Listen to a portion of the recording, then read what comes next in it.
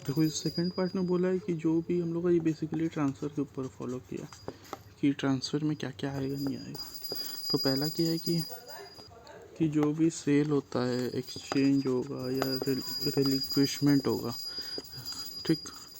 Sale exchange किया, मान लो उसको गोल्ड दिया, गोल्ड के बदले सिल्वर ले लिया, ऐसा कुछ।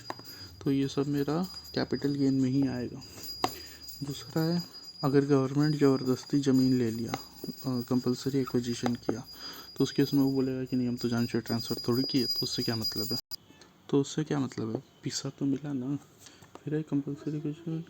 फिर अब क्या हुआ, मान लो एक पति है, बोलता है मेरा पत्नी के बिना मन नहीं लगता, हम तुम्ही को बैठ के देखते रहेंगे। तो वो लोग दुकान में घर के नीचे एक ज्वेलरी शॉप कर लिया। तो ज्वेलरी शॉप में पत्नी का जो ज्वेलरी था वही बेचता था। तो एक तरह से वो कैपिटल गुड मेरा वर्क इन प्रोग्रेस, मतलब तेरा उसमें शिफ्ट हो गया स्टॉक इन ट्रेड में। तो उस केस में उसमें लग जाएगा कैपिटल गेन।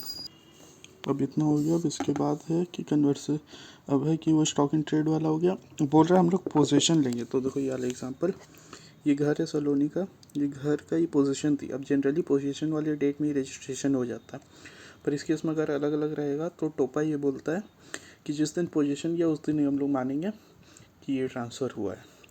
फिर उसके बाद हम लोग को देखना है कि जो भी कॉरपोरेटिव सोसाइटी जैसे रहता है ना, जैसे गोकुलधाम सोसाइटी है, तो गोकुलधाम सोसाइटी में रहता है कि पहले जो था सब कोई, जो सोडी है, बीड़ा है, जेठा, तारक, बबीता, ये लोग का फ्लैट है। तो पहले क्या होता था ना, सोसाइटी में शेयर सर्टिफिकेट देता था कि सोसाइटी में तेरा शेयर है तो उसका सर्टिफिकेट है। अब तो सबका फ्लैट है, उसके उसके नाम पे रजिस्टर होता है। तो पहले ये था ना कि जब सर्टिफिकेट था तो इसका अपना सर्टिफिकेट ये श्याम को दे दिया, श्याम सोसाइटी में आया तो अपना फ्लैट बेचा तो श्याम को सर्टिफिकेट दे दिया। तो उस केस में भी हम लोग इसको ट्रांसफ़र मान लेंगे और ये एप्लीकेबल हो जाएगा उसमें। अगर अब बोल रहा है कि अगर हम लोग जेड का रिडेम्पशन करेंगे तो उसमें भी लगेगा, समझा। और अब पहले क्या था ना, पहले ये था 1 साल। अब ये सिक्योरिटी है मेरा, पहले था कि 22/7 तक में 1 साल था जो भी सिक्योरिटी मेरा लिस्टेड है। और पहले अदर देन यूनिट्स था कि अदर देन उसमें लेंगे, और लिस्टेड इन रिकोगनाइज स्टॉक में BSE NSE में होना चाहिए, यूनिट ऑफ UTI होगा, ये इक्विटी ओरिएंटेड होगा। इक्विटी में कुछ भी हो सकता है, वो लिस्टेड भी नॉन लिस्टेड भी, UTI भी कुछ भी हो सकता है, लिस्टेड नॉन लिस्टेड, ZCB का ही वही सेम है। तो उस केस में हम लोग 1 साल लेते थे पहले, और अनलिस्टेड में हम लोग 2 लेते थे, इमूवेबल में, और बाकी सब में 3। पर अब क्या हो गया, मेरे को खाली यही ध्यान रखना, एक और दो।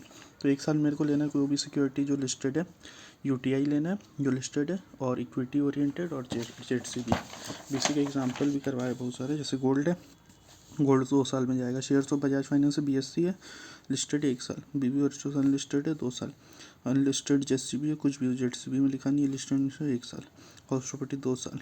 Share of apple in USA हम लोग का था रिकॉग्नाइज एक्सचेंज इन इंडिया था, देखो ऑफ इंडिया, तो इस केस में ये भी 2 साल होगा।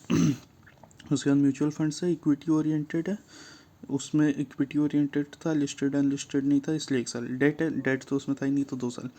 लिस्टेड BSE है, तो अब इसमें देखो ये वाला चीज़ हटा दिया, अदर देन वाला चीज़ हटा दिया न्यू वाले में। तो अब खाली है सिक्योरिटी लिस्टेड, तो ये लिस्टेड है तो इस केस में ये आ जाएगा, समझा। अब मान लो बजाज फाइनेंस का शेयर हम 19/7/25 को लिए, तो ऐसे सेल हम की 19/7/26 को, तो ऐसे 18/7/26 को 1 साल हो गया, तो 1 साल से ज़्यादा इसको मानेंगे, क्योंकि मानता है कि जैसे 12 बज गया वो 1 साल हो गया, तो अगला दिन काउंट होगा, तो इसका लॉन्ग टर्म में ही आएगा।